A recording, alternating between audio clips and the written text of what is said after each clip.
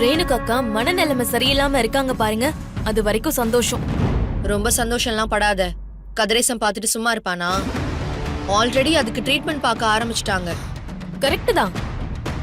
இப்ப எல்லாரும் எங்க இருப்பாங்க? ஏன் கூப்பிட்டு விருந்து வைக்க போறியா? இல்ல, ஒன்னா சேர்ந்துட்டாங்கல்ல, அதான் எங்க இருப்பாங்கன்னு ஒரு டவுட். வேற எங்க இருப்பாங்க? அந்த கதிரேசன் வீட்ல தான் இருப்பாங்க. ரேணுகா மல்லிக்கு ஒட்டுக்காரின்னு தெரிஞ்சுக்கிட்டு அன்னபூரணி அவ வீட்டுக்குள்ள விடுவாளா? இல்ல அந்த வீடு தான் பெரிய பேலஸா? இத்தனை வருஷம் கழிச்சு பொண்ணு திரும்பி வந்திருக்கா. அவ செத்து போனதா நினைச்சு வருஷா வருஷம் திதி கொடுத்த பொண்ணு திரும்பவும் பிறந்து வந்திருக்கா. அவளை அந்த அன்னபூரணி வீட்ல உட்கார வச்சு வேடிக்கை பாப்பான அந்த கதிரேசன். மாமா இல்ல, மாமா இப்ப ரேணுகாக்கா கூட இருப்பாரா இல்ல மல்லி கூட இருப்பாரா?